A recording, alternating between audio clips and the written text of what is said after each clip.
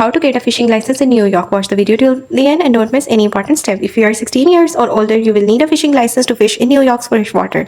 This applies to both residents and non-resident, but don't worry, there are some exemptions.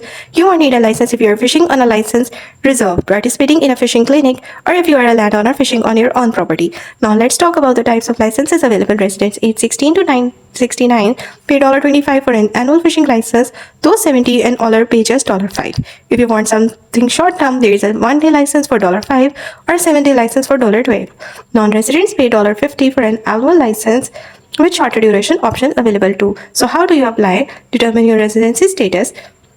To qualify as a resident, you must have lived in New York for over 30 days before applying. Decide if you want an annual or temporary license based on your fishing plans. Apply online through the New York State Department of Environmental Conservation website or visit local licensing agents. Once you have your license, make sure to carry it with you while fishing, as you may need to show it to authorities. Getting your fishing license in New York is straightforward and essential for enjoying the great outdoors legally. So gear up, grab your rod and reel, and get ready for an exciting day on the water. Don't forget to subscribe for more outdoor tips and tricks. Happy fishing!